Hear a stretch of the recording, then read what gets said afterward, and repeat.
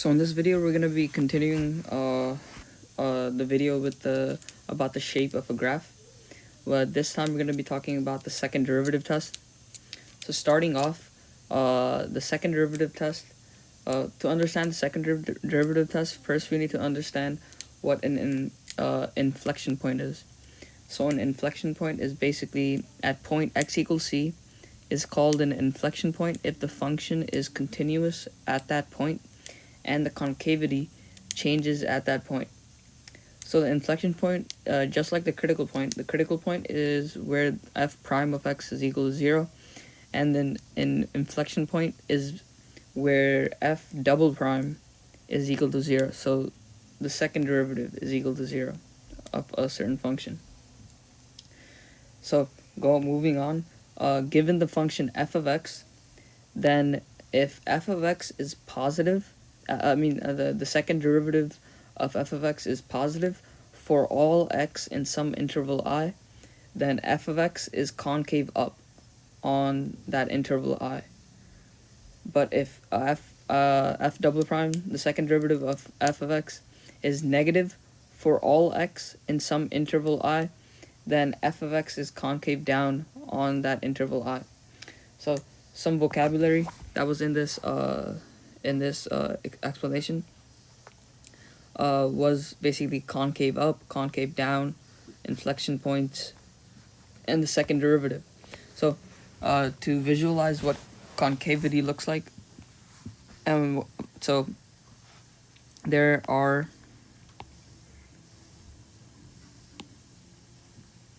I'm gonna make a small table. So we saw in the definition it said concave up if the double derivative, the second derivative is the second derivative is positive, and concave down if the second derivative is negative. So now these concave figures could be increasing or decreasing functions. So I'm going to make a table for increasing and another for decreasing. So whenever you're looking at something concave up, you want to visualize like a cup, like what a cup looks like or what a parabola looks like. This is what you call concave up. But in this case, we want to draw something where it's concave up and it's increasing. So that would look like something like this. Something like that. Moving on, if you want to draw something concave up but it's decreasing, we're going to do this. Something like that. It's still concave up. However, over here it's increasing, but over here it's decreasing.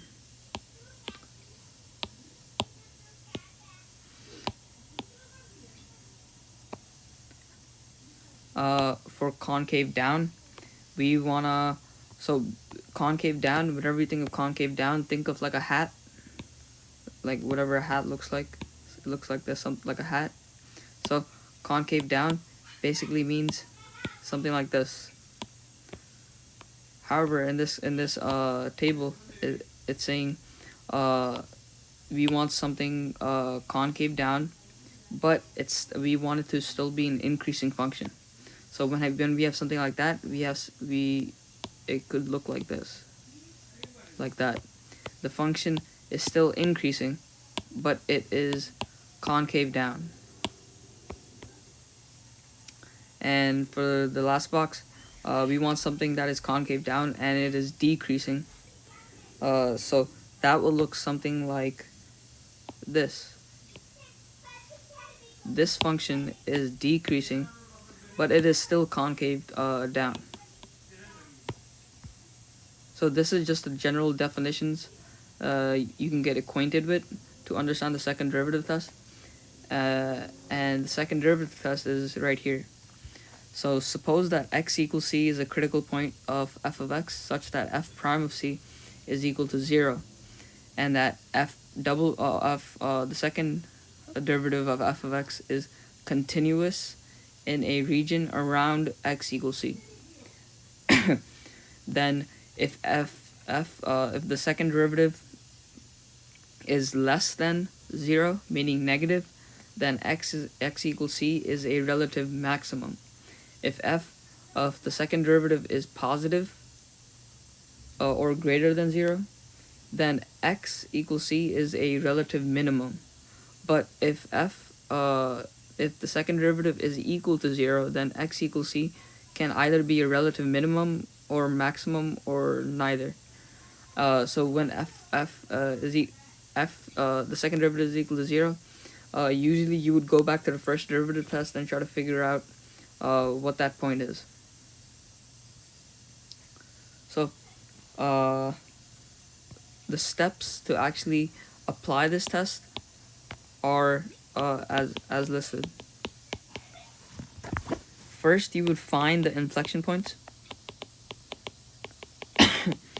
And to find the inflection points, you would have to take the derivative twice. So first you would take the derivative of f of x to get f prime of x, and then you would take the derivative of f prime of x to get f double prime of x. And what you're going to do next is basically just set f double prime of x equal to 0 and solve just how you would solve a normal equation and find those roots. And those roots are going to basically represent the inflection points of f of x. The second step, now you would divide f double prime of x into subregions similarly to how you did with the first derivative test. So you would make a coordinate plane. You would make a coordinate plane with the inflection points.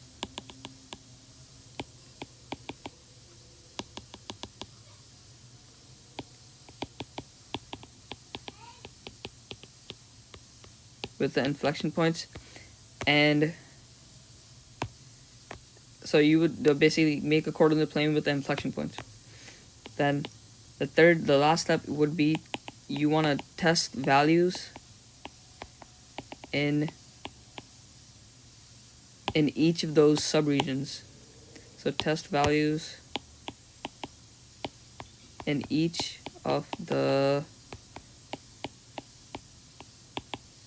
subregions. So let's do an example of applying this second derivative test. So let's use the function f of x is equal to x cubed minus 12x.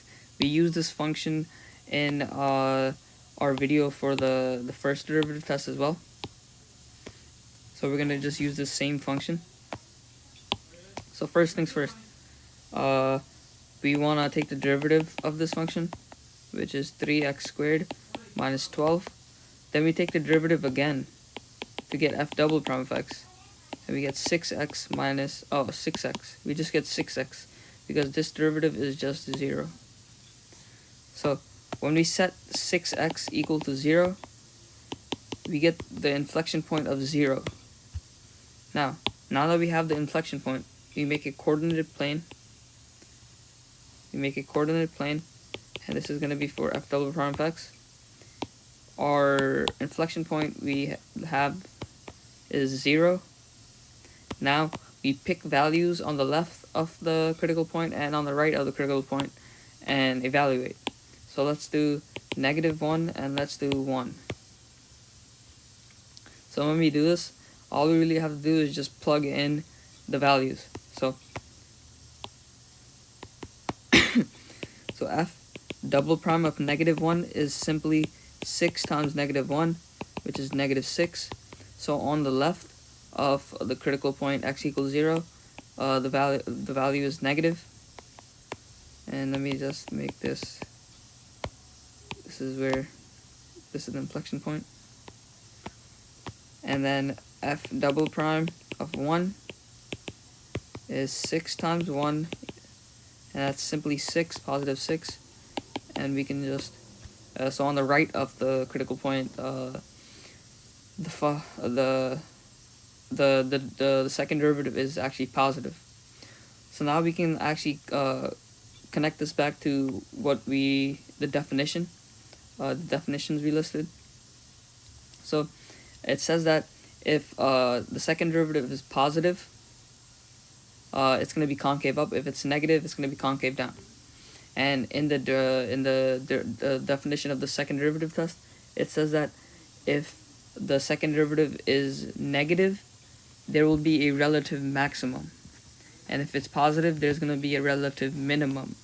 So from the interval negative infinity to 0, the second derivative is negative, and this implies that the function f of x, so f of x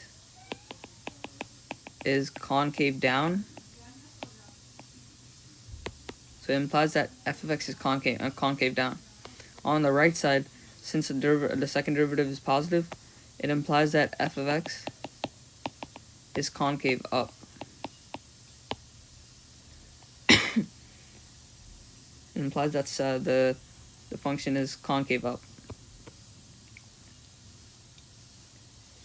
So you can already see that there's a change in concavity, right? There's a change in concavity, and that's because it went from being concave down to concave up.